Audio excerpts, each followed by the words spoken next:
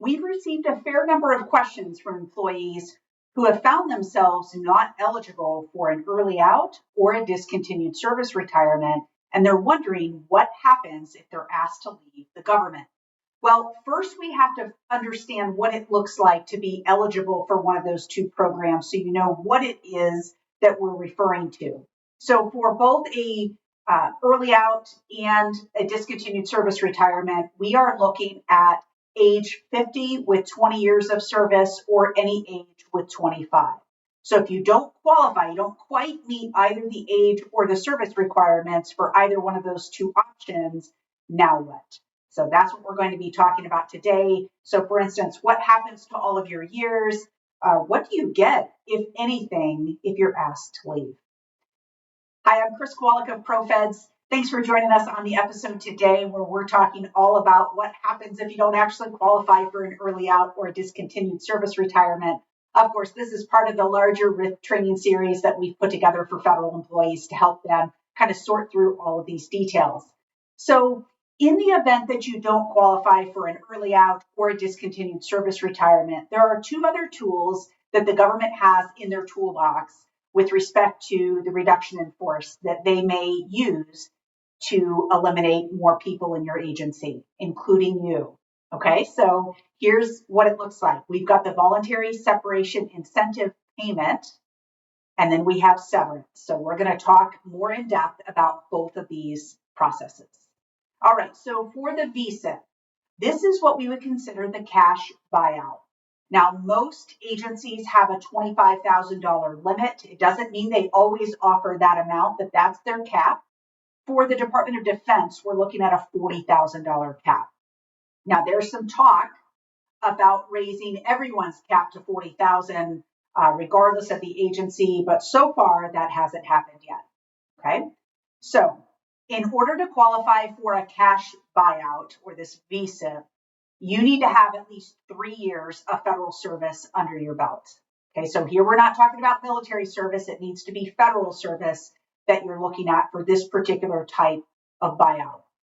Now, the VSIP can be done all by itself as a standalone offer to try to entice those who are maybe close and ready to go ahead and leave government service, but it can also be paired with an early out. Now, the nature of this particular video is that you've already determined you don't qualify for an early out, and so we're going to just look at the VSIP all by itself to take a look at how this really works. So the V in VSIP stands for voluntary. So you are not forced to take a VSIP. This is your choice. What the agency is essentially doing is they're looking out to their workforce and they're asking, who would like to go if we gave you just a little incentive to do so? If you take that cash buyout, it is a lump sum payment that you're going to receive. So all of it will be paid to you up front, minus taxes, of course. And I do want to point out that if you take the VSIP, you do not get a severance package. Okay, if you take the VSIP, you do not get severance. I share that with you because sometimes people think you can get both and then they're really surprised. So I'd love for you not to have any surprises when you walk out the door. With severance, let's talk about this. Severance is paid only to those people who are involuntarily removed from their jobs. How it's paid is it will simply be a continuation of your normal pay cycle up to a certain number of weeks based on a calculation. Okay, and we'll talk a little bit about that in a separate video. But in this particular video, just knowing that there is a severance package, it essentially means continued payments to you, and it maxes out at 52 weeks of severance pay. So that's a whole year. That would be pretty impressive to be able to get a whole year of severance. It just doesn't really work that way with the way the math shakes out for eligibility for pensions and all of that good stuff. So that's very unusual for someone to have gotten quite that much. There are a couple of things with severance pay that I want to remind you of. The first is you only get severance pay if you do not have access to an immediate pension. Now, an immediate pension could be a full pension, meaning you're fully eligible to go and you simply choose to do so. That can be an early out called a VERA, or a discontinued service retirement, the involuntary version of the VERA. And all of those are paid to you right away. The same thing with MRA plus 10, for instance. You are eligible to receive your pension if you've met your minimum retirement age and have at least 10 years of service. There's going to be a penalty and all that good stuff, but you're at least eligible to receive it right away. And so you would not receive severance if, in fact, you decided to retire under those rules. Okay? If you have at least 5 years of service, you will have a deferred pension.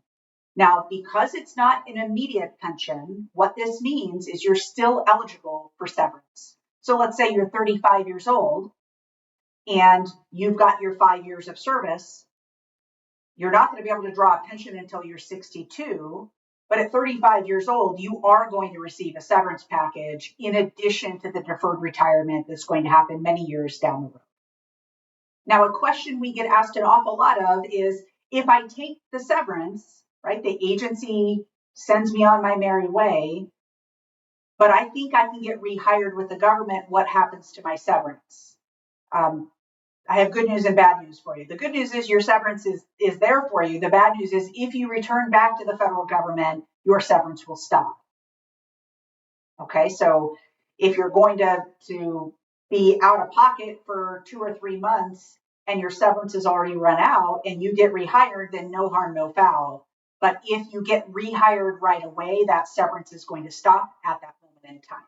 Okay, so boy, there is a lot to think about. If all these numbers kind of running through your head is making your head spin, I encourage you to get real with your numbers, understand your situation. I would argue not just on the federal benefits side, but all the other parts of your financial life as well, because all of it plays a big factor in your decisions. So I hope that you'll stay connected to us.